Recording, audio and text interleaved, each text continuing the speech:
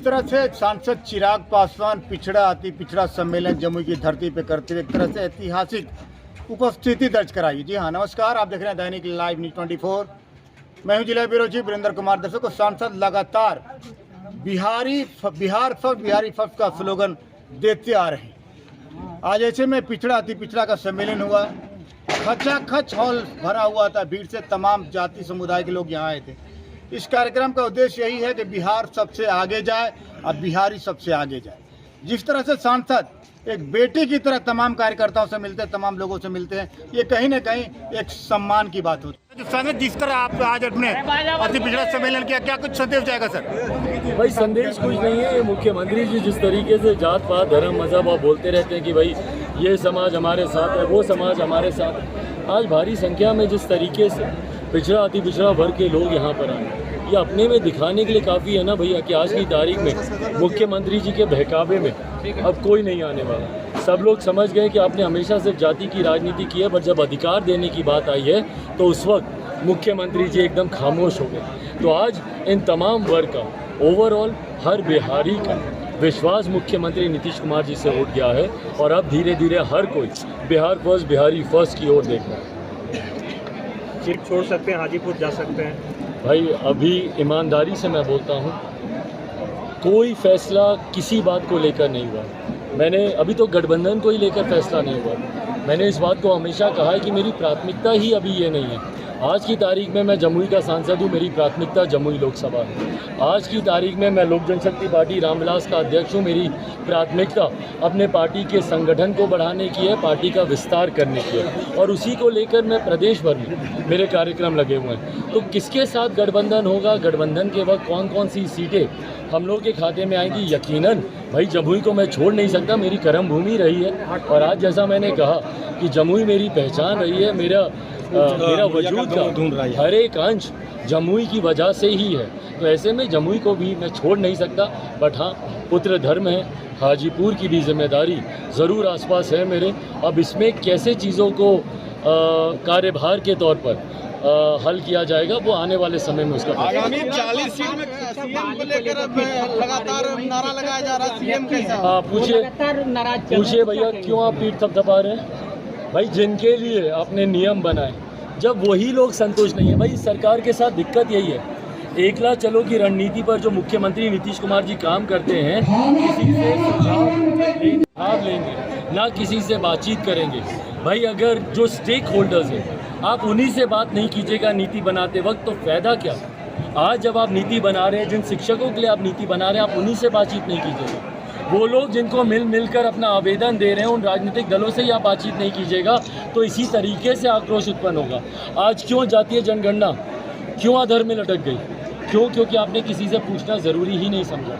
तमाम वो दलों को बुलाते, एक आम सहमति बनाते, सबसे राय मशवरा करते। हर वो दल जो आपका इस पर समर्थन कर रहा था, हम लोग भी थे, पर आप बुलाना ज़रूरी नहीं समझते। आज उस पर न्यायालय ने उसकी तरफ से उस पर रोक लगा दी। तो मुख्यमंत्री जी जब स्टेक होल्डर्स को ही कॉन्फिडेंस में नहीं लेंगे, तो यही परिणाम होगा। आज शिक्षक इसीलिए इनसे आक्रोश है। तो कहने कि सिर्फ उनकी ही तानाशाही चलती, बाकी किसी से कोई राय लेने की जरूरत नहीं। भाई ये तो इतिहास गवाह रहा है, मुख्यमंत्री जी की ही तानाशाही चलती है। पिछले 2 दशक से तानाशाही करते करते ही गठबंधन किसी का भी हो, किसी के भी साथ हो, पर मुख्यमंत्री ये तानाशाही बिहार के खर्च पर नीतीश कुमार सभी राज्यों में जो है गठबंधन को बनाने के लिए विपक्षी एकजुटता करने के लिए घूम रहे हैं। क्या ये सही है? बताइए कहाँ से सही है? वही कहाँ से सही है? मुख्यमंत्री के पास बिहार घूमने की फुर्सत नहीं है। आए दिन बिहार में हत्याएं हो रही हैं ना। किसी एक हत्या पर किसी पीड़ित परिवार से मुख्यमंत्री जी ने जाकर मिलना ज़रूरी समझा?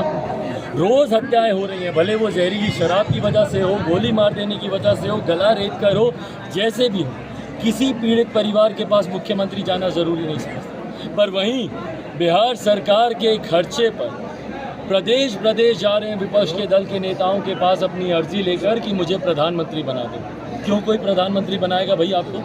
क्या किए हैं आप बिहार में, बताइए ना। कौन सा मॉडल? जब हमारे मौजूदा प्रधानमंत्री पद के दावेदार बने थे तो एक गुजरात मॉडल लेकर आए थे। इनके पास कौन सा मॉडल है? बिहार में हत्याओं का मॉडल लेकर जाएंगे कि भ्रष्टाचार का मॉडल लेकर जाएंगे? क्या बोलेंगे देश के युवाओं के सामने या देश की जनता के सामने कि बिहार में रोज़ इतनी हत्याएं हो रही हैं, देश भर में हम इतनी हत्याएं करवाएंगे? या बिहार में इतने लाखों का रोज़ ये कौन सा मॉडल है भैया? और इन 40 विधायक वाले को कोई नेता मानेगा? जो बिहार में बिहार की जनता इनको नहीं पूछ रही, देश की जनता इनको पूछेगी, ये होगा नहीं। अच्छा, एम्स की जो सौगात मिली थी कब तक पूरा हो पाएगा एम्स? बागेश्वर बाबा चलने लगे। चिराग जी, जो एम्स की सौगात मिली जमुई की जनता को कब तक पूरा हो पाएगा? बाबा आए, बाबा गए। हर बाबा को लेकर तमाम राजनीतिक दल अपनी रोटियां सेक रहे हैं। क्या लेना देना भैया आपको? बाबा आए, वो एक धर्म गुरु हैं, उन्होंने अपने धर्म का प्रचार किया। जिनकी आस्था होगी उन्होंने उनके प्रवचन को सुना भी, गए भी। जिनकी आस्था नहीं वो नहीं गए। जिस तरह से जिसकी आस्था आप में हो सकती है, संभवतः मेरी नहीं होगी, मेरी जिसमें होगी आपकी नहीं होगी। ये व्यक्तिगत आस्था का विषय। इसमें राजनेताओं या राजनीतिक दलों को क्या लेना देना? क्या राज्य सरकार के पास तमाम ज्वलंत विषय समाप्त हो गए? क्या सीटेट बीटेट के अभ्यर्थियों की समस्या का समाधान हो गया? क्या छात्रों की समस्या का समाधान हो गया? क्या पलायन की समस्या का समाधान हो गया? क्या शराबबंदी, जहरीली शराब की समस्या का समाधान हो गया? कि मुख्यमंत्री बाबा के पीछे पड़े हुए हैं? भाई क्या लेना देना आपको? आप जिस जिम्मेदारी के लिए चुने गए हैं, मुख्यमंत्री बने हुए हैं, उस जिम्मेदारी को पूरा कीजिए ना। बाबा आएंगे, कई बाबा और भी आएंगे, और ये संभवतः दोबारा भी आएंगे, अपनी बातों को रखेंगे। आप अपना काम कीजिए ना, जिसके लिए आप मुख्यमंत्री बने हुए हैं। कर्नाटक चुनाव को लेकर क्या कहना चाहते हैं? कर्नाटक में जो रिजल्ट आया है जिसमें कांग्रेस बढ़ी है, तो उसमें क्या कहना चाहते हैं? भाई वो एक राज्य का रिजल्ट है, और चुनाव में हार जीत दोनों होती है। समीक्षा का विषय, मंथन का विषय। मुझे उम्मीद है कि भारतीय जनता पार्टी ज़रूर समीक्षा कर रही होगी कि कहाँ चूक हुई, कहाँ गलती हुई। पर एक राज्य का परिणाम 2024 के परिणामों को निर्धारित करे, मैं ऐसा नहीं मानता। मैं मानता हूँ हर राज्य की अलग परिस्थितियाँ होती हैं, हर राज्य के चुनाव को इंडिविजुअली देखने की ज़रूरत है। इसका कोई असर 24 के चुनाव में पड़ेगा, मुझे ऐसा नहीं लगता। भाई बटिया रेलवे में इस बार के बजट में राशि भी उसके लिए आवंटित की गई है, उसके फर्स्ट फेज के लिए। अब उसमें ज़मीन अधिकरण का वो ज़रूर एक लंबी और थोड़ी जटिल प्रक्रिया होगी, पर मैं खुद भी व्यक्तिगत तौर पर ग्रामीणों के संपर्क में हूँ। जल्द से जल्द भूमि अधिकरण का काम कर एम्स की सौगात कब तक मिल पाएगी जमुई को? एम्स का जो आपने दिया है भाई, मेडिकल कॉलेज पहले खुल जाए, एम्स में के लिए भी मैं प्रयासरत हूँ। कुछ बोलना होगा भाई, कोई अपने घर वालों, अपने परिवार के बीच क्या कोई भाषण देगा? आप लोगों ने हमेशा मुझे अपने बेटे का प्यार दिया, हमेशा मुझे घर के सदस्य की तरह अपनापन, वो प्यार, वो सम्मान दिया।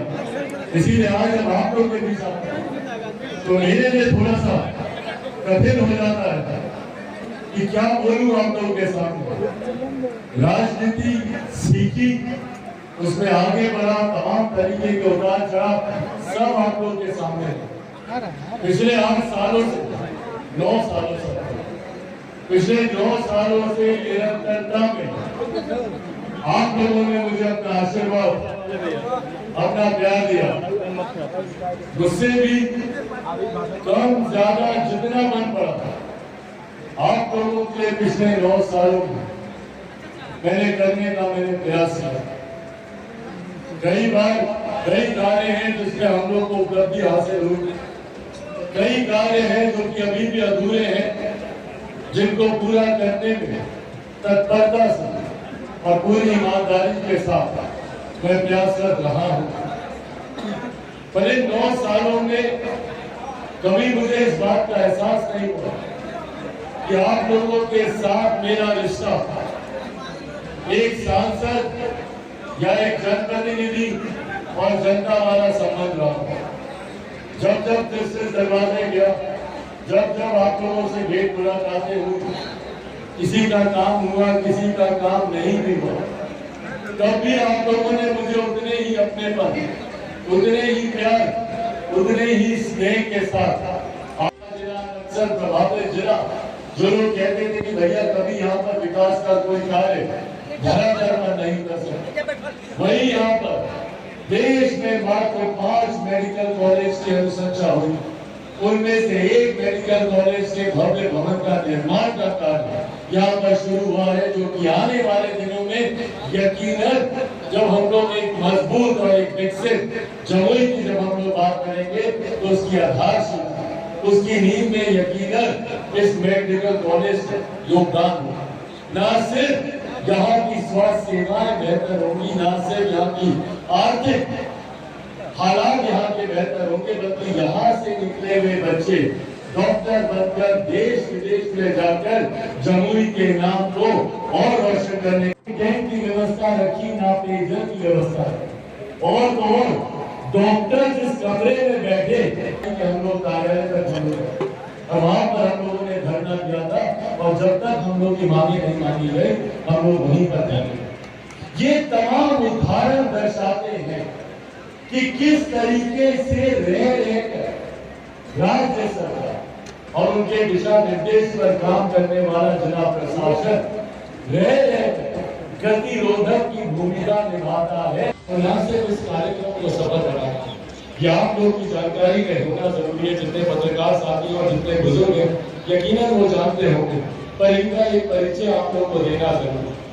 आज जो कुछ भी मुख्यमंत्री नीतीश कुमार जी जो उनकी ताकत है, जितनी वो अपनी शक्ति को मानते हैं, उस शक्ति के पीछे अगर कोई ये सोच रहा है, कोई ये कारण रहा है, तो वो सिर्फ और सिर्फ आदरणीय सतीश बाबू। सोचिए, जिन्होंने मुख्यमंत्री नीतीश कुमार जी को मुख्यमंत्री बनाया, आज अगर वही उनसे दुखी है तो सोचिए कहीं ना कहीं कुछ ना कुछ तो बहुत गलत